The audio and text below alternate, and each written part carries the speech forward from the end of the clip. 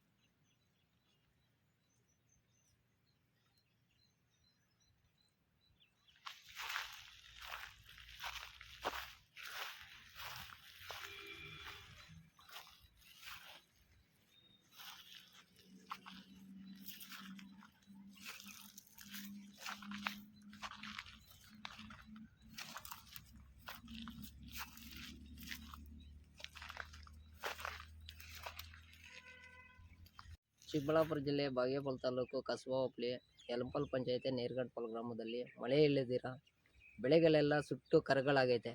1 ತಿಂಗಳಿಂದ ಮಳೆ ಇಲ್ಲ. ಮತ್ತು ರಾಗಿ, ಜೋಳ, ಶೇಂಗಾ, ಹುರುಳಿ, ತೊಗರಿ ಎಲ್ಲ ಸುಟ್ಟು ಬೂಡಿದೆ ಆಗೈತೆ, ಎಲ್ಲ ಸುಟ್ಟೋಗೈತೆ. ರೈತರಿಗೆ ಅನಾನುಕೂಲ ಆಗೈತೆ. ಮತ್ತು ಮಳೆ ಇಲ್ಲ.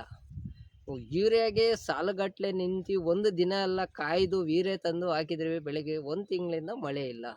ಎಲ್ಲ ಬೆಳೆಗಳೆಲ್ಲ ಸುಟ್ಟೋಗ್ತಾ ಇದೆ. ಎಷ್ಟು ಖರ್ಚು ಮಾಡಿದ್ದಾರೆ ಸರ್? 1 ಎಕರೆಗೆ ಬಂದರೂ 4 ಗಂಟೆ ಉಳುಮೆ ಮಾಡಬೇಕಂದ್ರೆ 5,000 ರೂಪಾಯಿ ಬೇಕು. ಬಿತ್ತನೆ ಬೀಜ ಬೇಕಂದರೆ 1 ಬ್ಯಾಗ್ ಬಂದು 500 ರೂಪಾಯಿಂದ 1,000 ರೂಪಾಯಿ. 2 ಬ್ಯಾಗ್ ಬೇಕು 1 ಎಕರೆಗೆ. ಅದು ಬಂದು 3,000-2,000 ರೂಪಾಯಿಂದ ಆಗುತ್ತೆ. ಒಂದು ರಸಗೊಬ್ಬರ ಬೇಕಂದರೆ, ಗೊಬ್ಬರ ಆಗಬೇಕಂದ್ರೆ ಒಂದು ಕಾಂಪ್ಲೆಕ್ಸ್ ಬಂದು 1,300ರಿಂದ 1,500 ರೂಪಾಯಿ ತನಕ ಐತೆ. 1 ಎಕರೆಗೆ 2 ಮೂಟೆ ಆಗಬೇಕು, ಅದೊಂದು 3,000 ಆಗುತ್ತೆ. ಯೂರಿಯಾ 2 ಮೂಟೆ 600 ರೂಪಾಯಿ ಆಗುತ್ತೆ. ಮತ್ತು ಕೂಲಿದು ಅದು ಇದೆಲ್ಲ ಸೇರಿ 1 ಎಕರೆಗೆ ಬಂದು ಸುಮಾರು ಅಂದರೆ 20,000ರಿಂದ 30,000 ತನಕ ಆಗಿರುತ್ತೆ. ಜೋಳ ಎಷ್ಟು ಹಾಕಿದ್ರಿ ಸರ್ ನೀವು? ಜೋಳ ನಾವು 1 ಎಕರೆ ಹಾಕಿದ್ವಿ. 1 ಎಕರೆ. ರಾಗಿ ಸರ್? ರಾಗಿ ಅರ್ಧ ಎಕರೆ. ಎಲ್ಲ ಬೆಳೆಗಳು ಹಿಂಗೆ ಆಗಿದೆಯಾ ಸರ್? ಎಲ್ಲ ಬೆಳೆಗಳು ಈ ಥರನೇ ಆಗಿದೆ. ಸರ್ಕಾರಕ್ಕೆ ಏನಾದ್ರು ನಿಮ್ಮದು ಮನವಿ ಇದೆಯಾ ಸರ್? ಸರ್ಕಾರ ಅಂದರೆ ಇನ್ಸೂರೆನ್ಸ್ ಕಟ್ಟ್ರೆ ಇನ್ಸೂರೆನ್ಸ್ ಕ್ಲೈಮ್ ಆಗುತ್ತೆ ಅಂತ ಹೇಳ್ತಾರೆ ಸರ್ಕಾರದವರು. ಅವ್ರು ನಷ್ಟಪರಿಹಾರ ಕೊಡ್ತಾರೋ ಬಿಡ್ತಾರೋ ಗೊತ್ತಿಲ್ಲ. ನೀವು ಕಟ್ಟಿದ್ದೀರಾ ಸರ್ ಇನ್ಸೂರೆನ್ಸು? ಹ್ಞೂ, ಕಟ್ಟಿದೆ. ಬರೋ ನಂಬಿಕೆ ಇದೆಯಾ ಸರ್ ಈ ಥರ ಆದರೆ? ಬರ್ಬೋದು. ಇನ್ನೂ ಒಂದು 15 ದಿನ ಮಳೆ ಇಲ್ಲ ಅಂದರೆ ಖಂಡಿತವಾಗ್ಲೂ 100% ಪರಿಹಾರ ಬರಬೇಕು. ಬೆಳೆ ಈ ಸತಿ ಏನು ಆಗಲ್ಲ ಅಂತೀರಾ? ಆಗಲ್ಲ. ಇವಾಗಲೇ ಎಲ್ಲ ನೋಡ್ದಂಗೆ ಎಲ್ಲ ಸುಟ್ಟೋಗೈತೆ.